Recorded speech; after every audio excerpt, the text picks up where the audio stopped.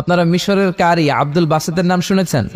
ওনাকে নিয়ে মিশরের প্রেসিডেন্ট জামাল আব্দুল নাসের একবার সোভিয়েত ইউনিয়নে গিয়েছিল, যেটাকে আমরা বর্তমানে বলি রাশিয়া। কি বলি?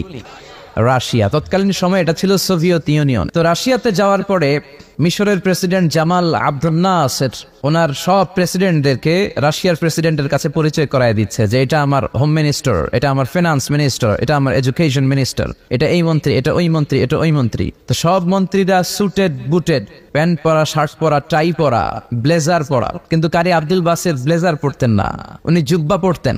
তো রাশিয়ার প্রেসিডেন্ট বলে, আপনার এইটা আবার কোন মন্ত্রী? সব মন্ত্রীর পোশাক একরকম, এর পোশাক আরেক রকম, এটা কোন মন্ত্রী?